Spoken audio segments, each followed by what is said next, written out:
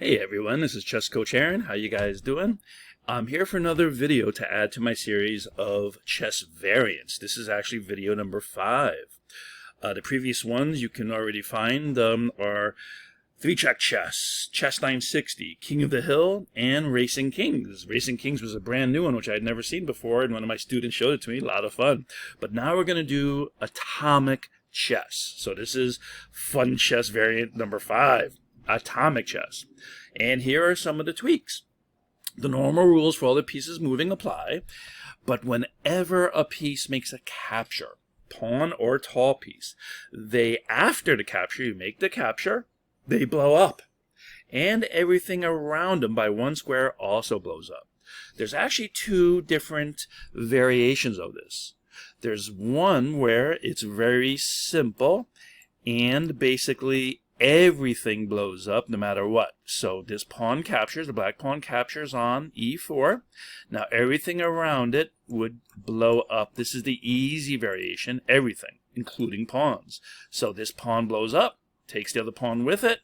That was black's move to capture and blow up. Now it's white's turn. The object in atomic chess is to blow up your opponent's king. Just blow it up off the board. So in this case, this capture, and let's go back to this position real quick, move number 2 for black, this capture was a losing move. By capturing, and in the easy variation, everything blows up, including pawns. So this pawn blows up, this pawn blows up. Now the white queen, since it's white's turn, will capture on d8, and everything around it blows up. Since the queen's on d8, e8, e7, d7, c7, and c8 all blow up. Queen blows up because it captured. 1, 2, 3, 4 things around it blow up. And since the black king got blown up, atomic chess, white just won. Very quick game. So some games can be very quick. So some of the strategies to start with are simply that you don't want to allow your opponent's fast pieces, and the fast pieces are queen, bishop, and rook especially, because they can go across the board in one move. You don't want them to be able to capture something, obviously, right next to the king. You want to give your king a little breathing room, if you will. All right, so the easy version is when you capture, everything around it blows up. The harder version, which is actually the version on my favorite website, Le Chess, and I'm going to show you 3 quick games I played, including, I found out I'm not that good at atomic chess. I lost so quickly in one game especially. It's almost embarrassing, but it was so much fun. But on Le Chess, one of my favorite chess sites, they have the harder version only. And this version is, yes, everything that captures blows up. But pawns around do not blow up. So let's say this is move 2 for white. And a moment ago in the easier version, black took this e4 pawn. Now this pawn on e4 blows up, and everything around it will blow up. Well, the harder version, and this is the one I actually run tournaments with, so this might be the official version, kind of. When the pawn blows up, pawns around it don't blow up. So pawns kind of, unless it's the one capturing, anything that captures blows up. But pawns around it don't blow up. This makes for more interesting strategy because the pawns become very useful to block. All right, so let's say black did this, and this pawn doesn't blow up. Now it's white's turn. White plays the queen quick because they want to capture on f7 and blow up this king. Well, black notices that and says, all right, I'm blocking you. You can't reach the f7 pawn and blow my king up. If you keep it there, I'll just take your queen, and yes, these will blow up, but that's a great trade. So in terms of trying to get to your opponent's king, you want to be aggressive, right? Next move will be bishop to c4. If they capture the queen and blow it up, well, you'll take the f-pawn and blow it up. All right, let's say they move the bishop here. Excellent. White forgets about blowing up, right? So if they take here, boop, this bishop blows up. It doesn't stay there. There's no threat of taking and blowing up the king because it blows up. Everything around it blows up, but we're playing the version where pawns next to stuff don't blow up, so it goes away. Boom. Now it's black's turn. Well, of course, unless they're going to blow up the king on this move, they capture the queen, and now this pawn, since it captured, everything that captures blows up. Since it captured, it blows up. White's turn. Now is the game over? No. Game's not over. Bishop going to g5. They're trying to capture this pawn and blow up the king. That's how you win. And this is very smart for a moment in terms of if this pawn moved forward, now the bishop would take the queen and blow up the king, they win. So they can't, and they, being black, can't let this bishop reach that king. All right, they move forward, and they block. And blocking is a great strategy in atomic chess. Get in the way. Don't let them reach where they want to get to blow up stuff. And this is actually what helps regular chess, because all the fun games of chess help regular chess, and that is a strategy that many beginners don't use is to block your opponent's pieces. Don't let them go where they want to go. And this is very key because many times beginners think of, oh, they're going to capture, or, oh, I'm in check and I should move to the side. They don't think about actually blocking at the right time. And this is a great strategy.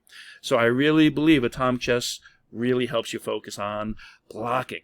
So here's one last thing to say, and then we'll get to my games, which is even though you have to respond to checks, if your king is in check, you're allowed to blow up the other king and win the game.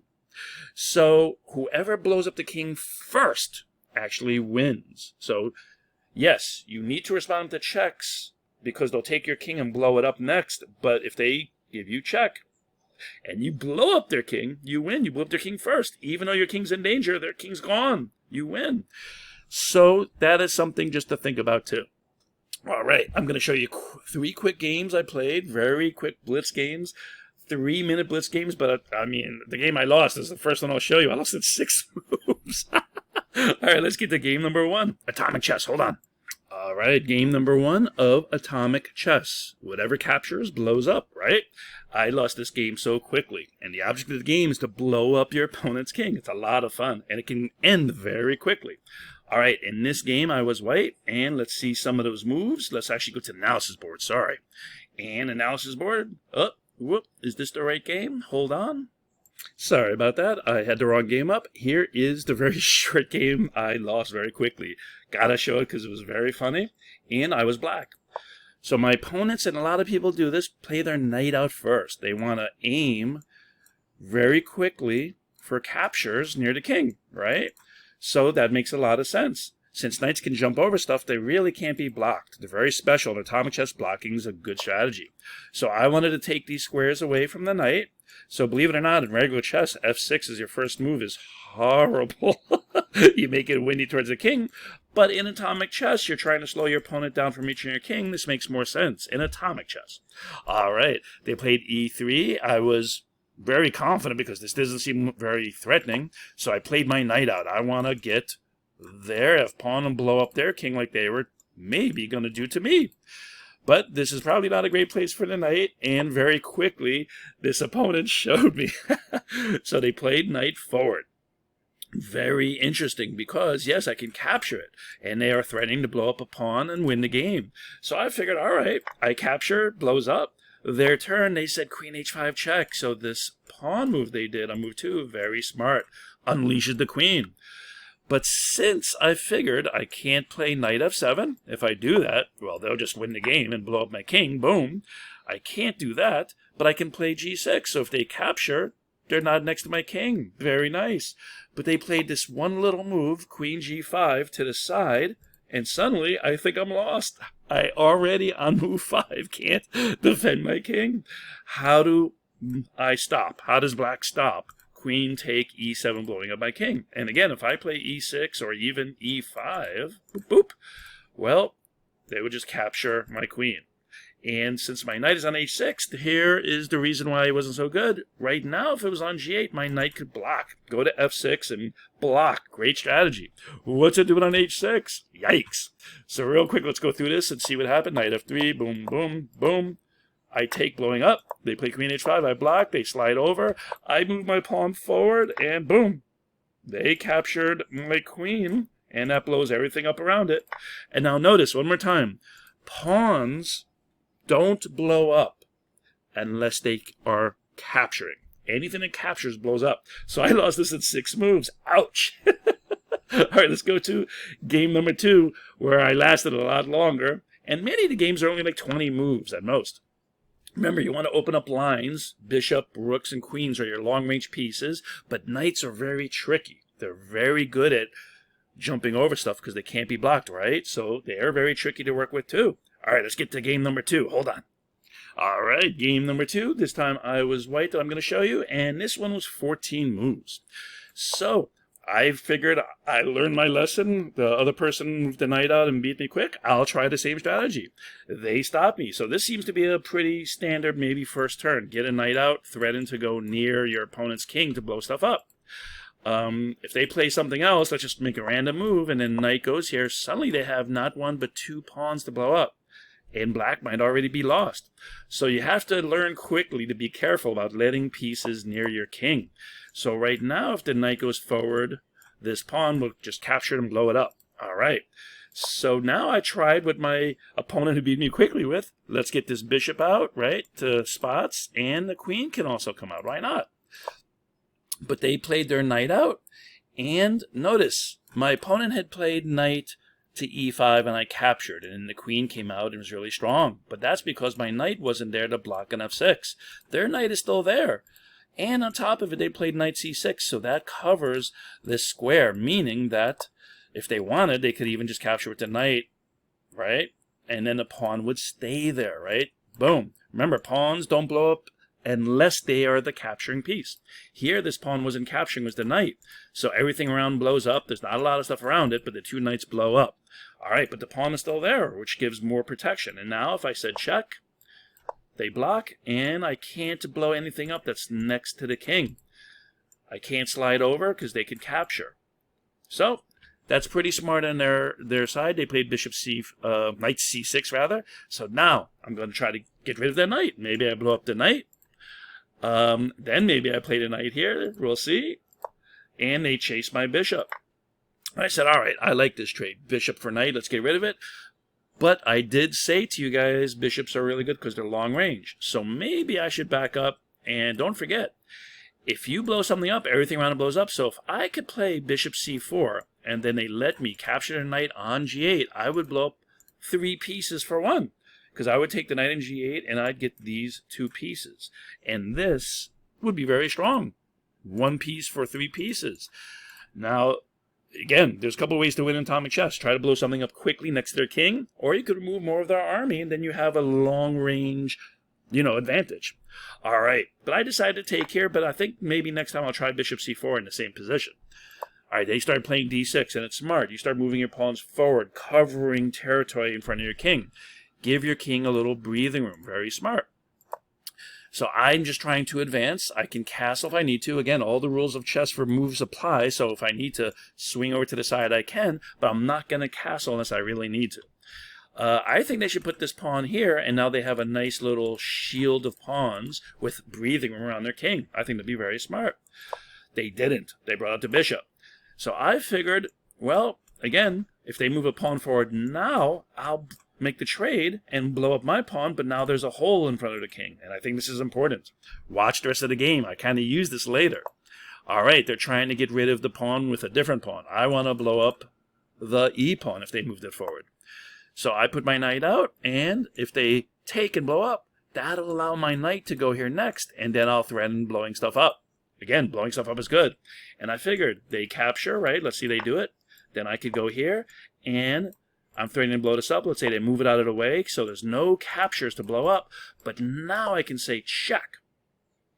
And I'm attacking a rook, a king, and wherever the king would go, I would capture on e6 and blow up the king. So they almost have to capture here, right? I don't see how they would get out of it, right? Boop. And then I get the queen. Notice, you want to keep a buffer away, and still have to respond to checks, because if you leave the king there, if they left the king there, well, next move I'd capture the king, which obviously in atomic chess means it blows up and you win anyway. So again, if the king had moved in this type of position, I would capture an e6, right? And win the game. All right, so that's what I was thinking. So here, they played c6, trying to get rid of this pawn. I said, all right, go ahead and empty out d5 so my knight can go there, and the knight move would be really strong. And they said, no, I see what you're doing, and they went forward. Very smart. I can't capture. My pawn now is in the way of the knight. If my knight tries to go to b5, well, they can just capture. Maybe I could go here to e4 and keep an eye on things. But again, it's just a knight for a pawn because nothing is around to blow up. But I'll try to think of that next time too.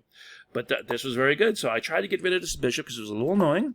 And they moved their bishop out of the way, and they're threatening the capture on c2, blowing up my queen. So I didn't mind going forward. Again, blocking is excellent strategy in atomic chess. They run back. And now, why did they play here, you say? Well, it's because in regular chess, yes, you take the bishop. In atomic chess, I take the bishop, but everything around it blows up. So what would blow up, guys? My knight. So I would have a pawn, and since the pawn captured, it would blow up, and a knight would go, and their bishop. So they would actually win some material. But is a pawn that big a deal in atomic chess? Not really. They're good at blocking. They really are, but they're also in the way. I wanted to unleash my rook. So I said, let's do it. So I captured, and notice, my rook is ready to cause some havoc in this area. If they don't move the knight, I'm going to get 3 things for just a rook. I love it. And that's exactly what happened. Notice, their queen is not threatening to blow up my king. All they can do is take on c3 and blow up over here. They can't quite reach the king. So I immediately took the opportunity to blow up a bunch of their army. So for 1 rook, I'm getting a rook, knight, and a pawn. Boom, atomic chess. But let's get back to what I was talking about earlier. They never played e6. So this path is now open for my queen. If my queen can get next to the king, basically you checkmate in atomic chess with just a queen. Because if they capture, the queen never blows up. Right? So the queens are really powerful, the great finishers. And it's not just this diagonal, by the way. When I play queen g4, I have options of going this way, but also to g6 and this way. Notice how all their pawns are on dark squares. This is very weak, and this is true in regular chess too. So, I'm not sure what they're doing with the c4 move. That didn't seem to help them. Maybe, I don't know. If they try to castle, notice how bad this is. Queen goes here, king moves. I would go right here, and notice, if they capture, blows up. King can't capture in atomic chess, it'll blow up. So if the king moves and runs away out of check, well, I'm just going to take this pawn and win the game. So king here, and boom.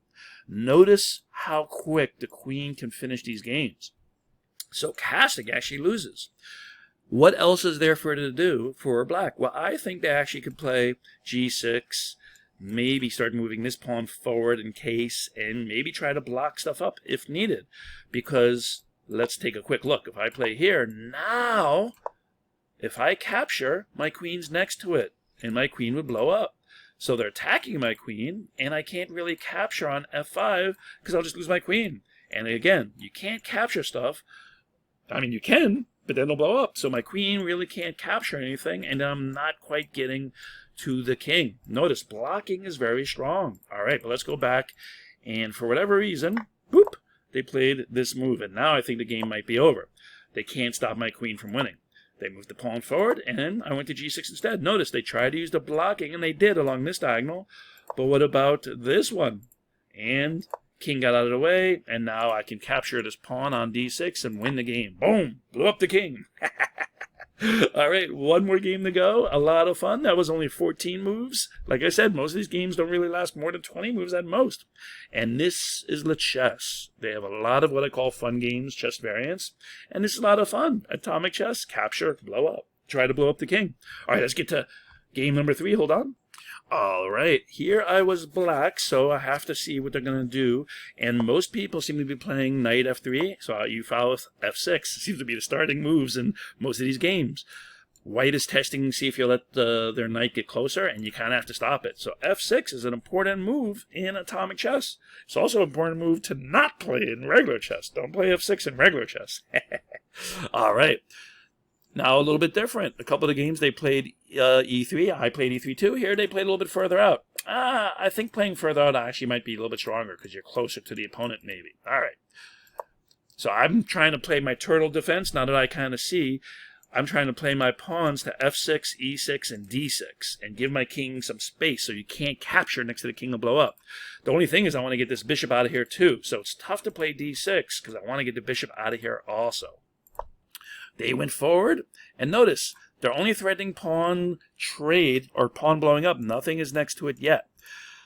So I wasn't really nervous about it. Now I played h6, and that's mostly because if I take, then their knight is going to kind of land on f7 and really cause a lot of problems, because you still don't want to lose your good pieces, and that's also what would happen, right? I capture, they play knight here, and suddenly they can capture the h-pawn, blowing up a rook and knight, so one piece for 3, or they can play knight to f7, attacking a queen and a rook. Now, again, you could play to blow up their king. That's atomic chess, so if they play knight f7, well, you just win the game. They can block, right? The whole point is to not let your opponent blow up the king. So now where does the queen go? And knight f7 still a very strong move, or knight takes h7, really strong move. It gets a lot of army. And black has to be careful, because even queen f6, now I'm paying more attention. The knight could just take over, could take on e6 and blow up the queen. So that would be nice too, you get the queen. So notice, this queen has to be very careful. The knight's going to go to f7 and attack the queen. So maybe the queen has to wait for knight to go to f7 before it goes to f6, right? Because taking the rook then would lose to queen takes the f-pawn. But right now, if the queen goes to e7, you can take the e6 pawn, or queen f6, take the e6 pawn. So the queen actually can't move now that I realize it. Notice how this works. All right, but I played h6 because I didn't want their knight to be able to get closer. They captured, blowing up pawns. Now I got my bishop out, so I can move d6. Again, I can play the knight to f6, have my pawn on d6, and again, little turtle strategy. Turtle. All right, let's finish up this game and finish up this video. And notice, not only did I get my bishop out of the way so they can't capture it and maybe blow up my king later, but I was aiming with the threat to blow up their king. What did they do? They block. Best strategy. Now, I could have played over to b4 and said, check, and maybe try to blow stuff up. Maybe they don't pay attention. They block with a knight or bishop or something silly. But of course they have the pawn that can go to c6, which is a great blocking move. And again, my bishop would just kind of have to run away. I don't want to trade it just for a pawn for no reason. So I figured, why even go through all that? My opponent's probably going to play a good move. I always think my opponent's going to play a good move, and I ran back to b6. I'm eyeing this diagonal, so if they ever move forward, or if I can trade and blow this up with a pawn, then my bishop might really be a big threat. Okay. So they put the knight forward. Notice, these knights early on can be very dangerous. They're threatening to blow up my king right now.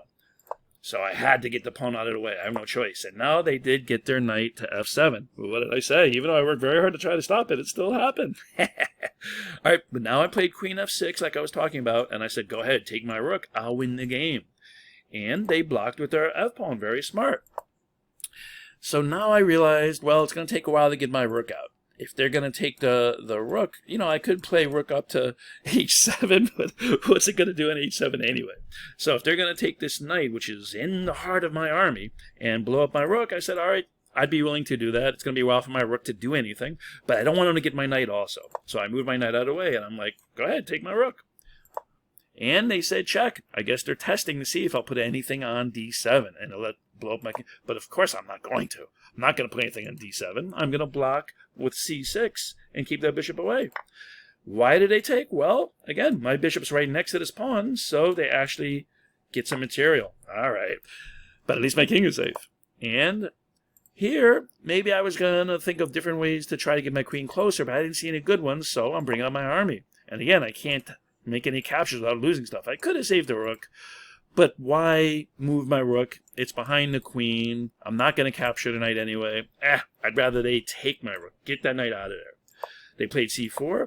I'm moving my knights forward. Notice now I'm going to try to be active maybe and get closer to their king. And if they make any mistakes, my queen can be very fast. So trying to get closer. All right, let's finish up this game real quick. And notice, I'm trying to get my queen closer to that king. Queens are very strong, and they're running away. Notice, if I can play queen to f1, I'm already going to win the game. There's no way to stop it. If your queen can get next to the king, it's basically a checkmate type of situation in atomic chess.